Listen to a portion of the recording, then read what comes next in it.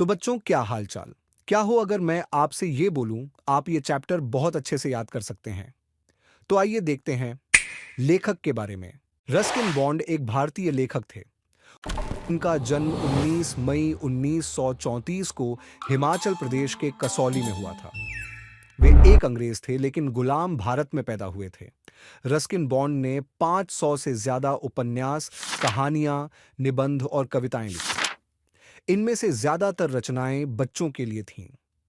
टोटो के साहसिक कारनामे रस्किन बॉन्ड द्वारा लिखित एक कहानी है जो टोटो नामक एक शरारती बंदर के बारे में है।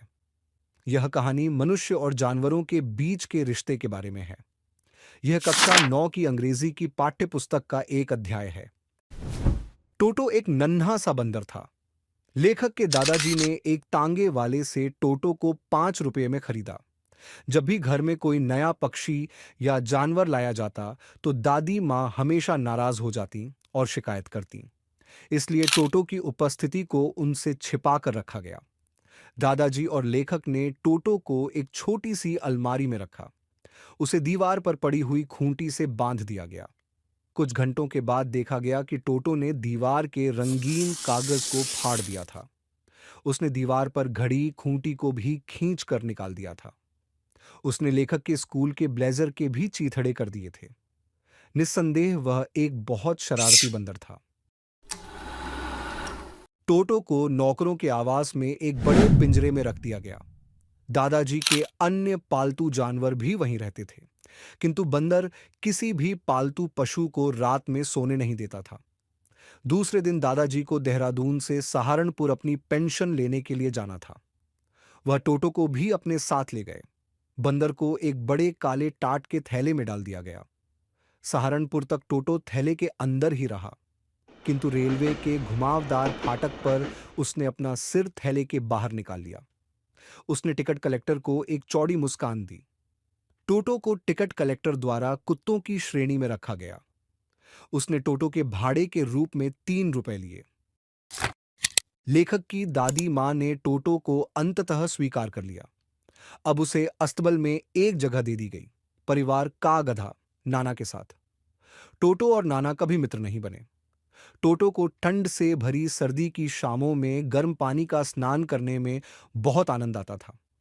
एक दिन वह रसोई की एक बड़ी केतली के अंदर घुस गया, जो चाय के लिए आग पर पानी उबालने के लिए रखी हुई थी। उसने स्वयं को जीवित उबाल लिया होता यदि दादी मां आकर उसे केतली से बाहर खींच कर नहीं निकालती। टोटो हमेशा चीजों को चीर फाड़ देता था।